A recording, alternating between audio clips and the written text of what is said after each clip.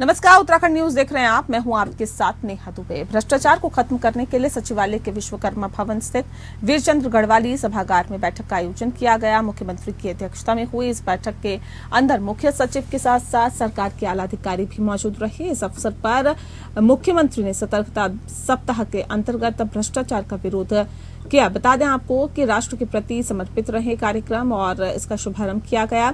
इस बैठक में मुख्यमंत्री पुष्कर सिंह धामी ने सभी अधिकारियों को भ्रष्टाचार पर अंकुश लगाने के लिए कड़े निर्देश दिए हैं। उन्होंने कहा है कि विजिलेंस के साथ साथ सभी अधिकारियों का दायित्व है कि वह अपने विभाग में किसी तरह का भ्रष्टाचार न होने दे। इस अवसर पर मुख्यमंत्री ने अधिकारियों को निर्देश देते हुए कहा है कि उत्तराखंड देवभूमि है और इस दिशा में देवभूमि से पूरे देश में भ्रष्टाचार के विरुद्ध कार्रवाई का एक अलग संदेश जाना चाहिए। वहीं इस अवसर पर एडीजी विजिलेंस वी मुरुगेशन ने कहा है कि इस बैठक में भ्रष्टाचार को खत्म करने के लिए जन जागरूकता सप्ताह अभियान की शुरुआत की गई है।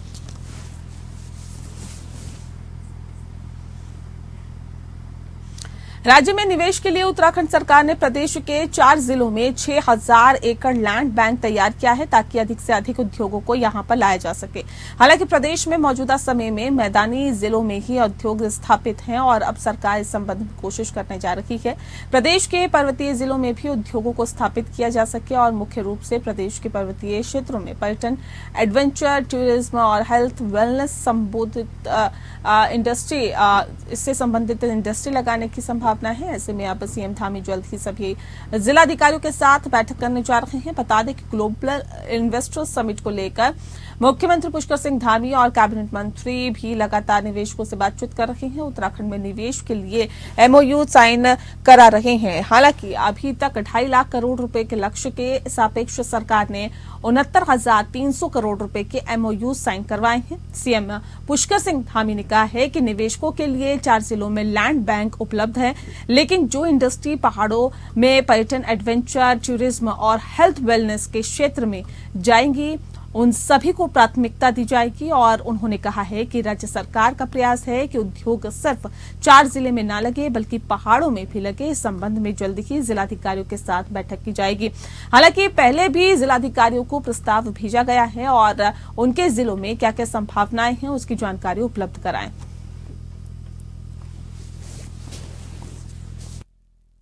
जो बड़ी इंडस्ट्री है उनके लिए तो चूंकि लैंड बैंक जो चाहिए वो हमारा 4 जिलों में उपलब्ध है, लेकिन हमारी प्राथमिकता है कि जो इंडस्ट्री भी पहाड़ों में जाएंगी, जो पहाड़ों में पर्यटन के रूप में, एडवेंचर टूरिज्म के रूप में, हेल्थ वेलनेस के क्षेत्र में, उन सभी को प्राथमिकता देंगे। और हमारा भी प्रयास है कि अधिक से अधिक इंडस्ट्री जो है केवल हमारे 4 जिलों के अलावा पहाड़ों में भी जाए। उसके लिए हम जिलाधिकारियों के साथ भी जल्दी ही बैठक भी करने वाले हैं। उन सभी को हमने पहले से ही ये प्रस्ताव भेजा हुआ है कि अपने अपने यहाँ पर क्या संभावना पर उनके यहाँ काम हो सकता है वो हमको दें।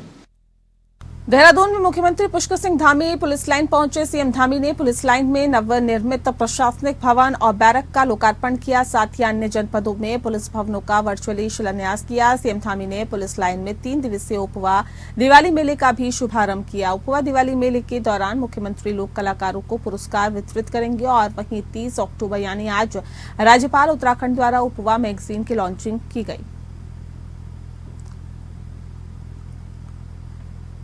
विधानसभा चुनाव में हारी हुई 23 सीटों पर बीजेपी ने जीत के लिए सांसदों की जिम्मेदारी तय कर दी है। 6 से 17 नवंबर तक सांसद विधानसभा क्षेत्रों में प्रवास करेंगे।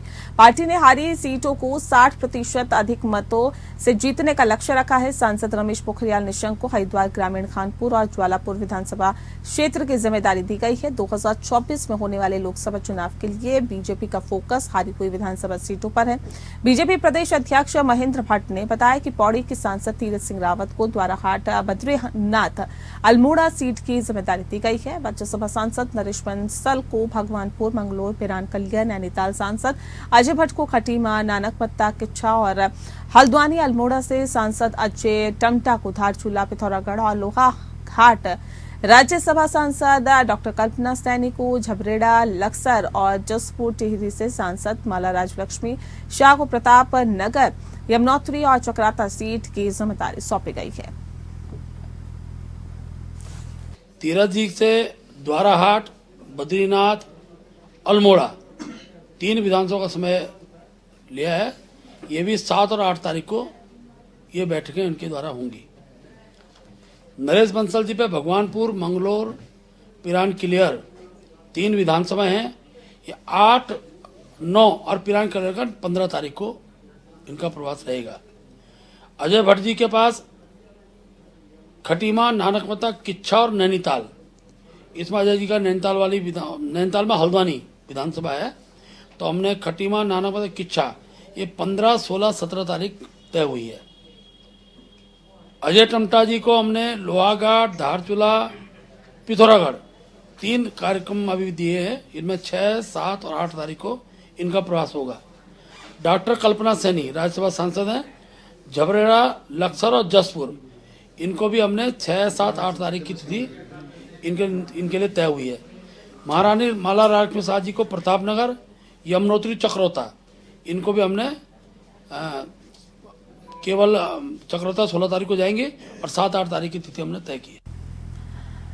वहीं पूर्व आईएएस एवं कांग्रेसी नेता सुंदरलाल मुनियाल ने कांग्रेस कार्यालय पौड़ी में जरूरतमंद लोगों के लिए कंबल वितरण कार्यक्रम का आयोजन किया। मंडल मुख्यालय में बढ़ती ठंड को देखते हुए इस मौके पर उन्होंने आर्थिक रूप से कमजोर जरूरतमंद लोगों को कंबल वितरित किए हैं। इस मौके पर कांग्रेस के जिला अध्यक्ष विनोद नेगी, जिला अध्यक्ष नीलम रावत, सभासद यशोदा नेगी एवं सभासद अनीता रावत द्वारा भी कांग्रेसी नेता सुंदरलाल मुनियाल द्वारा जनहित में किए जाने वाले कार्यों की सराहना की गई। बता दें आपको, उन्होंने कहा कि जिस तरह से देश में धर्म और नफरत की राजनीति की जा रही है, इसको मिटाने के लिए कांग्रेस ने वरिष्ठ नेता राहुल गांधी द्वारा पदयात्रा निकालकर सबको एकजुट करने और एकजुट होकर देश को जोड़ने का काम किया है। इसका असर भी आगामी विधानसभा चुनाव में उत्तराखंड सहित अन्य प्रदेशों में देखने को मिलेगा, जहां पर आगामी दिनों में विधानसभा चुनाव होने को है। और उन्होंने कहा कि राहुल गांधी द्वारा लगातार प्रेम और एकजुटता का पैगाम अपनी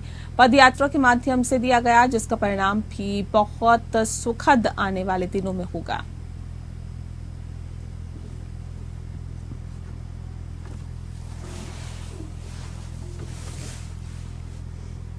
मंगलोर से बसपा विधायक सरस्वत करीम अंसारी का दिल्ली के एक अस्पताल में उपचार के दौरान आज सुबह निधन हो गया। विधायक के निधन की सूचना मिलते ही बसपा के कार्यकर्ताओं और कस्बे में शोक की लहर दौड़ गई है। वो 2 बार के मंगलोर के विधायक रहे। मंगलोर की अंदर पहले भी जीत हासिल की थी और एक बार फिर से अब जीत हासिल की थी। शुक्रवार की देर शाम को विधायक सरस्वत करीम अंसारी को ऑक्सीजन लेवल कम होने की वजह से मंगलोर के एक निजी नर्सिंग होम में भर्ती कराया गया था, लेकिन उनकी तबीयत अचानक बिगड़ने पर शुक्रवार की रात को उन्हें नोएडा के एक निजी नर्सिंग होम में शिफ्ट किया गया था, जहां पर पिछले 2 दिनों से उनका इलाज चल रहा था। इसीलिए डॉक्टर्स ने उन्हें वेंटिलेटर पर रखा हुआ था। नोएडा में ही उपचार होने की वजह से सोमवार सुबह उनका, आपको बता दें कि पता ये चला कि नोएडा में उपचार हो रहा था, लेकिन जब सुबह सोमवार को एक खबर मिली कि उनका निधन हो गया, तो पूरे बंगलोर शहर में ये कहा जा सकता है कि शोक की लहर दौड़ गई। सरस्वत करीम अंसारी मंगलोर विधानसभा से दूसरी बार विधायक बने थे। इससे पहले वो 2012 से 2017 तक भी बसपा के ही टिकट पर मंगलोर विधानसभा का प्रतिनिधित्व कर चुके हैं।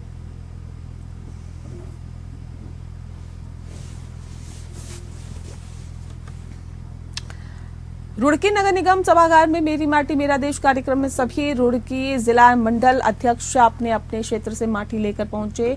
रुड़की से भाजपा विधायक प्रदीप पत्र ने बताया है कि सभी मंडल अध्यक्ष रुड़की नगर निगम में मेरी माटी मेरा देश कार्यक्रम में अपने अपने क्षेत्र से माटी लेकर पहुंचे, जिसको लेकर यहां पर एकत्र किया गया और मुख्य कार्यालय ले जाया जाएगा।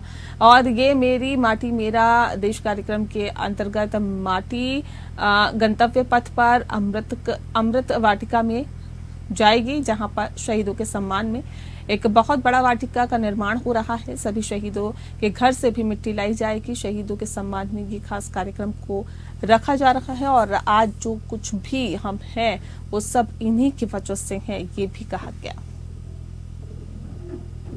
मेरी माटी मेरा देश कार्यक्रम के तहत आज हमारे रुड़की जिले के सभी मंडल अध्यक्षों द्वारा अपने अपने मंडल से जो माटी लाई गई उसको यहाँ पे एकत्र किया गया और उस माटी को जो है वो प्रदेश मुख्यालय भेजा जाएगा। उसके बाद कर्तव्य पथ पर वो मिट्टी जो है अमृत वाटिका में जाएगी। यहाँ पे शहीदों के सम्मान में एक बहुत बड़ा वाटिका का निर्माण हो रहा है और मैं समझता हूँ कि अपने यहाँ पे एक ऐतिहासिक कार्यक्रम ये हो रहे हैं। लगातार जिले में 4-5 कार्यक्रम हो चुके हैं। पहले सभी वार्डों से मिट्टी लाई गई थी, ये सभी शहीदों के घर से मिट्टी लाई गई है। ये शहीदों का सम्मान है जो हमारा देश कर रहा है और करना भी चाहिए। आज उन्हीं के वजह से हम हैं जो भी कुछ हैं, उन शहीदों का बलिदान है जो हम आज पूरी हम जानते रहे हैं। देश लगातार आगे बढ़ रहा है और तरक्की कर रहा है। प्रदेश में कार्यक्रम चल रहे हैं, सभी शहीदों के घर से गाँव से मिट्टी लाई जा रही है और ये सारी मिट्टी जो है परसों दिल्ली एकत्र होगी और दिल्ली में जो है अमृत वाटिका में होगी।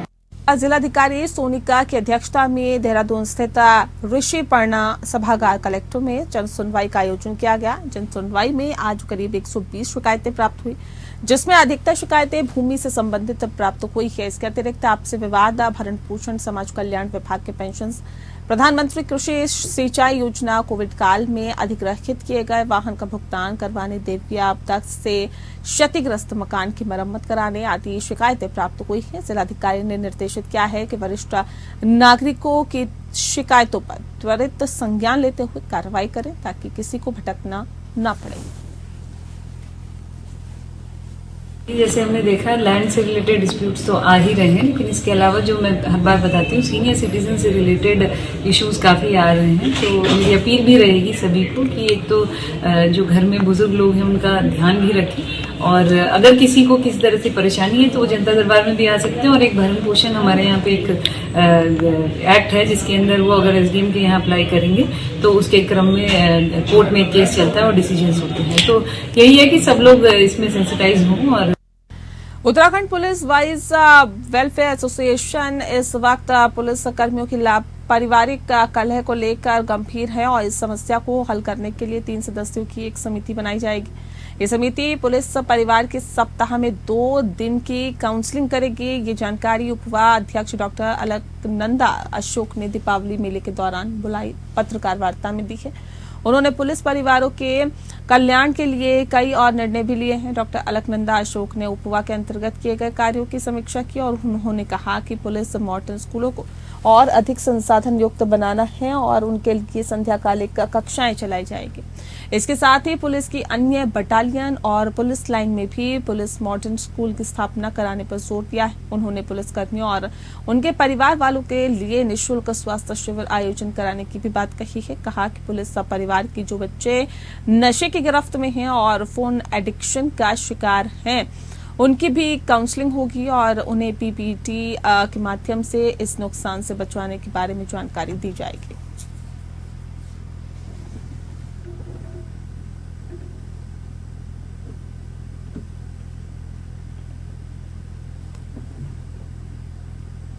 दिल्ली के आनंद विहार टर्मिनल से सुबह 3:50 पर कोटद्वार पहुंची नई एक्सप्रेस ट्रेन खड़ी होने के लिए नजीबाबाद जा रही थी और इसी बीच नजीबाबाद वानप्रभा के कोडिया रेंज में एक हाथी ट्रेन की चपेट में आ गया। ट्रेन की चपेट में आने से हाथी की मौके पर ही मौत हो गई। घटनास्थल पर बिजली की लाइन भी क्षतिग्रस्त हो गई है और प्रदेश में ट्रेन से कटकर हाथियों की मौत का आंकड़ा लगातार बढ़ता जा रहा है। इससे पहले हरिद्वार लक्सर रेलवे ट्रैक पर भी सीतापुर फाटक के पास एक नर हाथी की उपासना एक्सप्रेस ट्रेन की चपेट में आने से मौत हो गई थी। बीते 22 सालों में प्रदेश में 508 हाथियों की मौत कई कारणों से हुई है। इनमें 23 हाथी ट्रेन से कटकर मरे।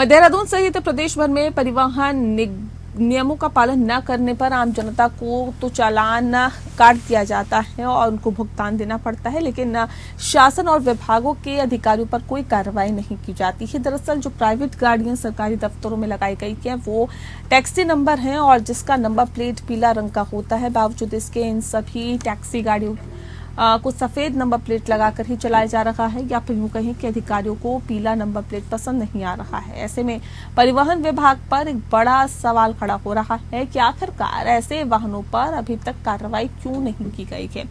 उत्तराखंड राज्य विषम भौगोलिक परिस्थितियों में चलते सीमित संसाधनों से सिमटा हुआ है। यही वजह है कि राज्य की वित्तीय स्थिति कुछ खास ठीक नहीं है।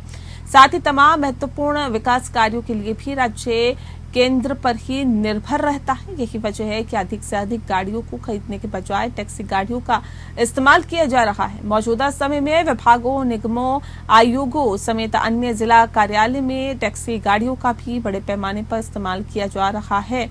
लेकिन टैक्सी संचालक भारत सरकार की मोटर व्हीकल एक्ट की जमकर धज्जियां उड़ा रहा है। उत्तराखंड राज्य में लगभग 60 से अधिक विभाग हैं। हालांकि तमाम विभागों में विभागीय गाड़ियां हैं। साथ ही टैक्सी गाड़ियों का भी बड़े पैमाने पर इस्तेमाल किया जा रहा है। इसी क्रम में सचिवालय के तमाम अधिकारी टैक्सी गाड़ियों का भी इस्तेमाल कर रहे हैं। इन तमाम टैक्सी गाड़ियों में से अधिकतर गाड़ियां पीली नंबर प्लेट की सफेद जगह आपको बता दें कि सफेद नंबर प्लेट पर ही संचालित हो रही है। बताना चाहूँगा कि सरकारी गाड़ियाँ जो विभाग के नाम पर होती हैं उनके अंदर उनको जीए सीरीज़ का नंबर, जीए, जीबी, जीडी, जीई सीरीज़ का नंबर मिलता है। परंतु विभागों में कई बार देखा गया है कि कुछ गाड़ियाँ किराए पर भी ली हुई हैं। जो गाड़ियाँ किराए पर हैं वो टैक्सी नंबर की गाड़ियाँ हैं जिनका टीए, टीबी और टीडी करके होता है। और जो भी टैक्सी गाड़ी होगी उसको पीली प्लेट लगाना आवश्यक है। अगर कोई गाड़ी सफ़ेद प्लेट लगाकर चल रही है और वो टैक्सी गाड़ी है तो वो नियमों का उल्लंघन है। और कोई भी विभाग में अगर इस तरह की गाड़ी चलेगी तो उसके विरुद्ध चालान की कार्रवाई करी जाएगी। हमारे यहाँ ANPR कैमरे से भी आजकल चालान हो रहे हैं। साथ में हमारे द्वारा नोटिस भी भेजा गया है विभिन्न विभागों को कि ये सुनिश्चित कर लिया जाए कि विभाग के अंतर्गत जो भी टैक्सी गाड़ी है वो पीली प्लेट में चले। उत्तराखंड के जैनपुर झंझेड़ी के पास स्थित ईंट भट्टे से 13 लोगों को बंधक मुक्त कराया गया है। पुलिस टीम ने सभी लोगों को वाहन से उनके घर भिजवा दिया। दरअसल मुजफ्फरनगर क्षेत्र बुढ़ाना निवासी फिरोज और सुभान परिवार के 13 लोग के साथ जैनपुर झंझेड़ी के पास स्थित ईंट भट्टे पर काम करने के लिए आए हुए थे। इन लोगों का आरोप था कि उन्हें भट्टे पर बंधक बनाकर काम कराया जा रहा है। ज्वाइंट मजिस्ट्रेट के निर्देश पर लेबर इंस्पेक्टर मीनाक्षी भट्ट और नायब तहसीलदार के नेतृत्व में टीम भट्टे पर पहुंचकर इन लोगों से बातचीत की गई, जिस पर इन सभी लोगों ने घर जाने की इच्छा जताई है। टीम ने गाड़ी से इन लोगों को भट्टे से घर भिजवा दिया है। उधर भट्टा मालिक का कहना है कि बंधक बनाने का आरोप लगाने वाले लोगों ने एडवांस में पैसे ले रखे हैं और इसी वजह से बंधक बनाने का झूठा आरोप लगाया जा रहा है।